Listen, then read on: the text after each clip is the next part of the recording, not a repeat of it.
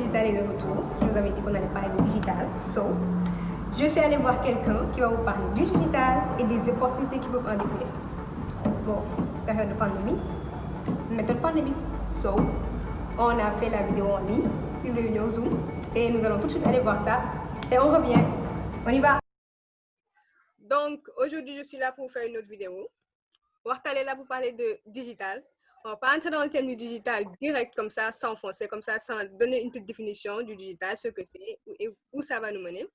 Donc, pour ça, Dina Digital a fait ses recherches et vous a amené quelqu'un de spécial. Vous n'aurez pas meilleur qui va vous faire une bonne définition du digital, vous donner ses opportunités et tout ce qu'il faut. On a là M. Birahim Gueye, qui est le chef de l'Innovation Lab de la Sonatel. Donc, je vais le laisser se présenter. Alors, M. Birahim. Merci.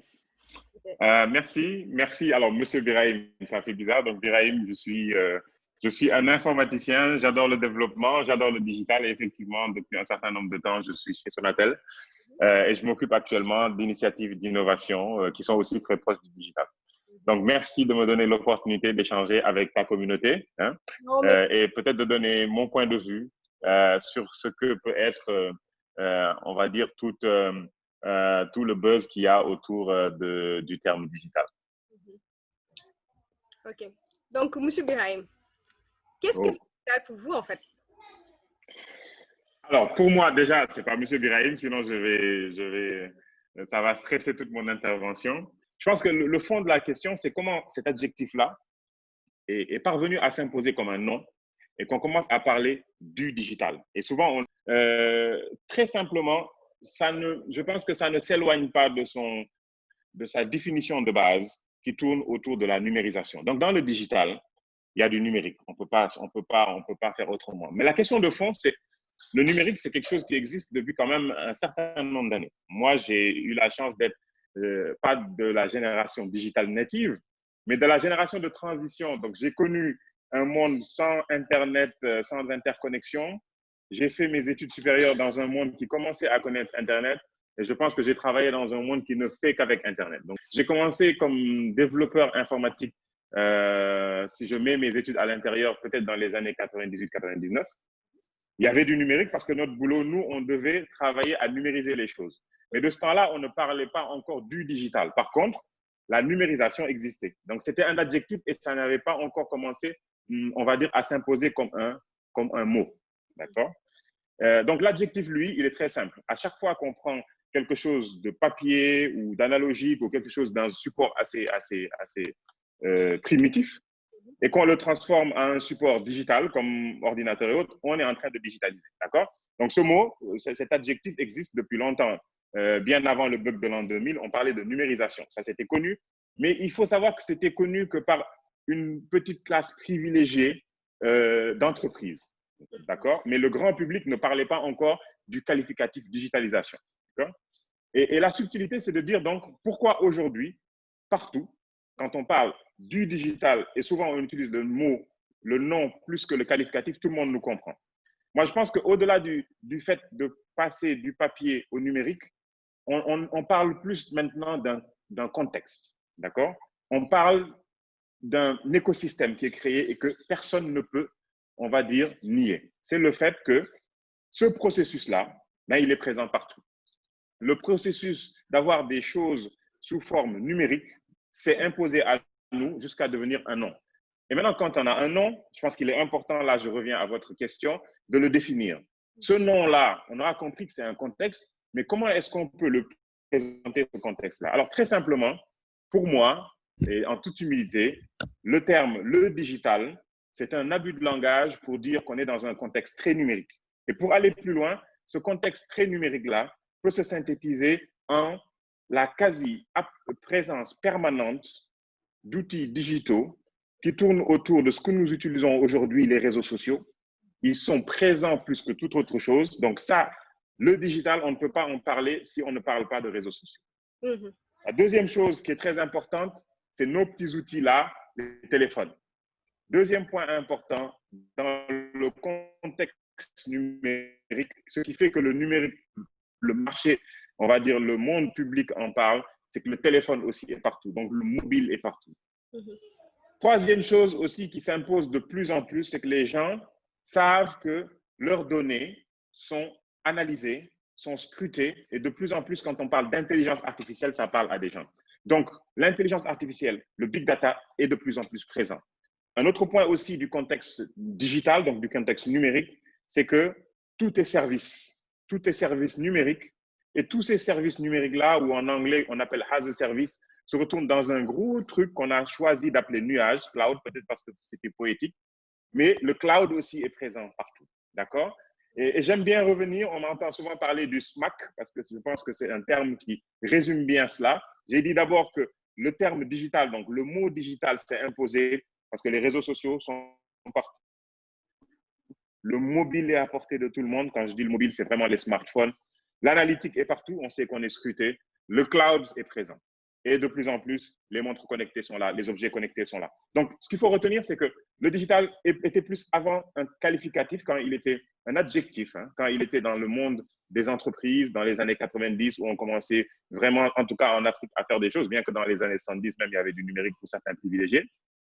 Et il est passé à être plus utilisé maintenant comme un nom, un abus de langage, qui ne fait que décrire un contexte où tout est numérique. Et dans ce contexte numérique, c'est une histoire qui s'écrit. Et cette histoire, à la date d'aujourd'hui, elle tourne autour des réseaux sociaux, du mobile, de l'analytique et du big data et du cloud, demain de l'Internet des objets et après-demain, qui sait. D'accord? D'accord.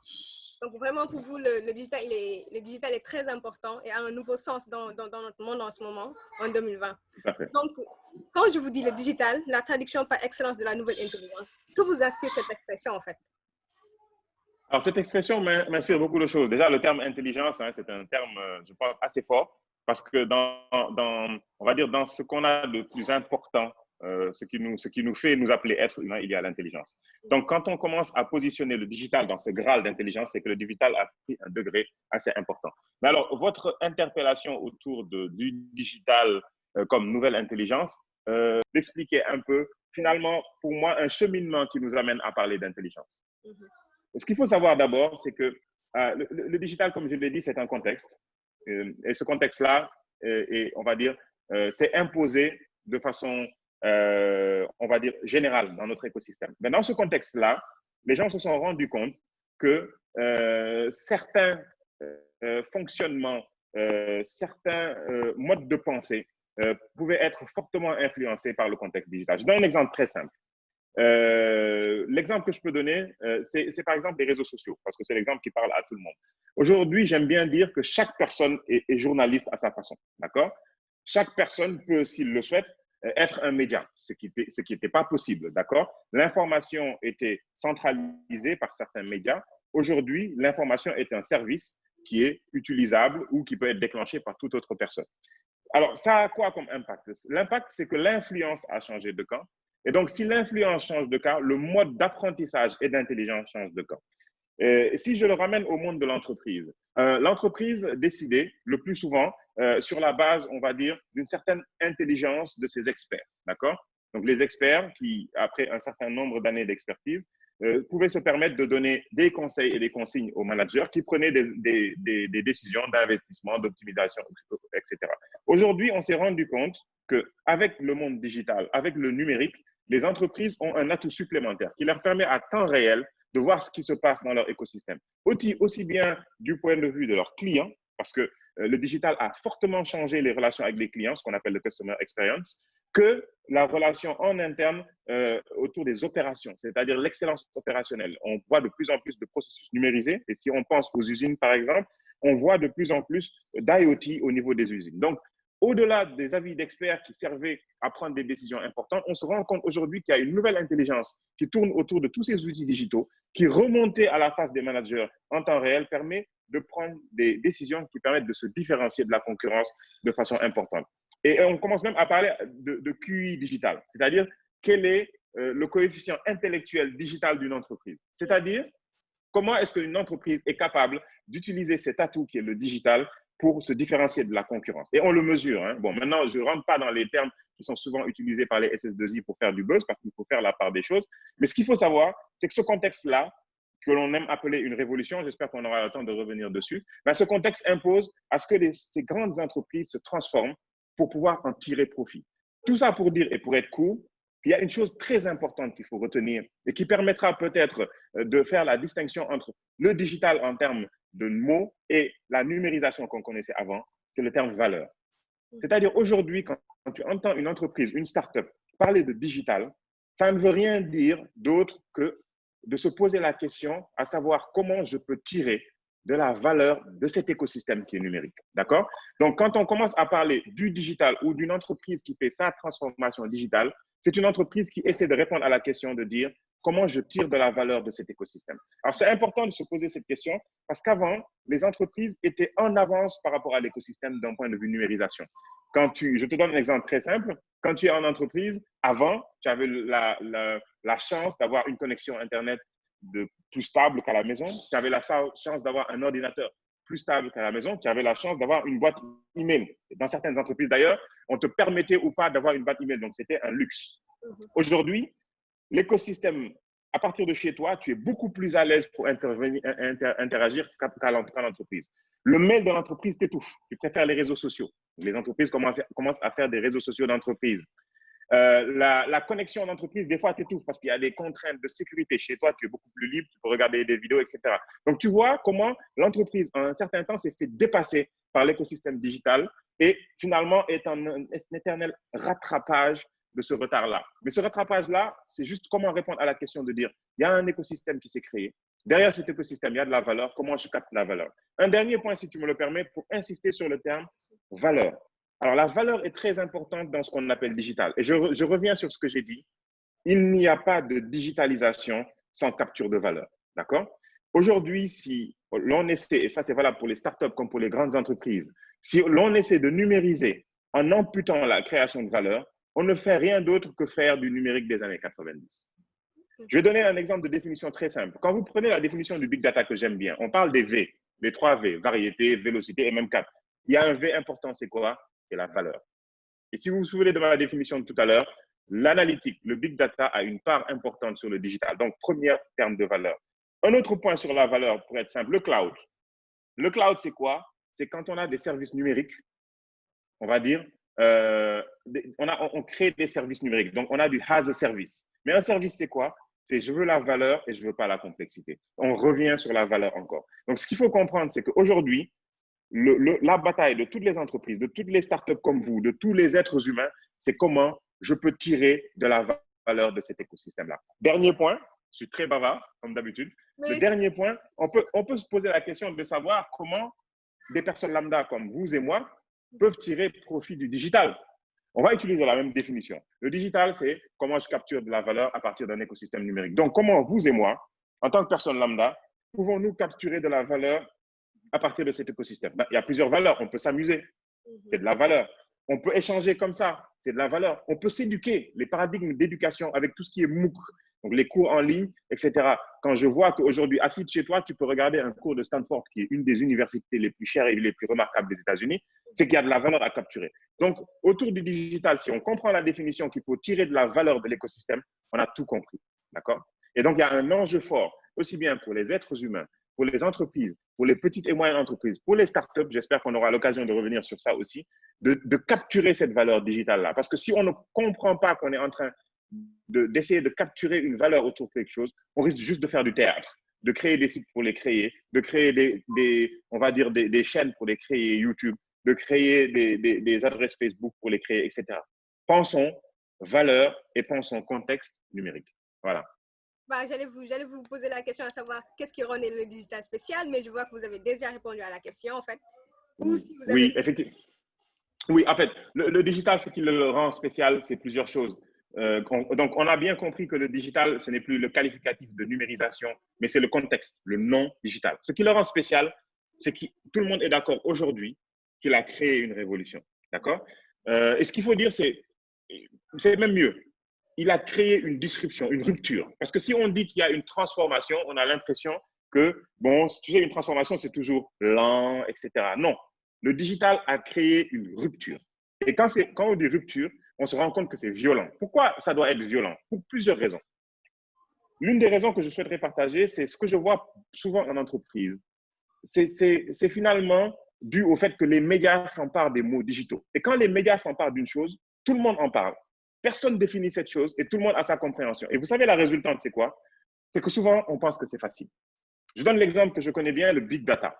Le big data, dans certaines entreprises, quand on en parle comme si c'était quelque chose de simple. Oui, quand est-ce qu'on va pouvoir? Alors que ce qu'on oublie, c'est que peut-être que le big data est 1000 fois plus compliqué que ce qui existait avant. Vous pouvez me dire maintenant, donc, pourquoi on fait des choses compliquées? On fait des choses compliquées comme ça parce que des portes qui n'étaient pas ouvertes avant peuvent être ouvertes maintenant. C'est-à-dire le big data permet d'analyser des données variées qu'on ne pouvait pas analyser avant. Mais c'est des fois 1000 fois plus compliqué à mettre en place que le petit data warehouse pour me permettre certains abus de langage ou la petite intelligence que l'on faisait avant. Donc tout ça pour dire que cette révolution-là, c'est une révolution qui peut permettre de capturer de la valeur, mais il ne faut pas penser qu'elle est simple. Ce qu'elle a de spécial, c'est qu'elle est toujours en cours. Ce qu'elle a de spécial, c'est qu'elle ouvre des portes qu'on ne pouvait pas ouvrir avant. Ce qu'elle a de spécial, c'est qu'au jour d'aujourd'hui, j'ai envie de dire, tous les gens sont à égalité face à cette révolution. Dans toutes les autres révolutions qu'on avait connues, certaines civilisations, si je peux me permettre, avaient un certain temps d'avance par rapport aux autres. Aujourd'hui, on ne sait pas dire, malgré toutes les prévisions possibles, dans 10 ans qui sera en tête dans cette révolution. Certains ont des assets qui leur permettent de se dire, bon, on a tout ce qu'il faut, on a investi, etc. Mais on connaît bien ce qu'on appelle le leapfrog africain, par exemple. L'Afrique a toujours été en reste, mais sur le digital, étonnamment, on se rend compte que l'Afrique peut faire des sauts et rattraper les autres du jour au lendemain. Par exemple, je prends toujours l'exemple de la mobile money. Ben, la mobile money, elle est née ici, elle est en train de s'imposer ailleurs et peut-être avec le contexte Covid, on verra d'autres choses. Il y a plusieurs autres axes que la mobile money qui sont possibles.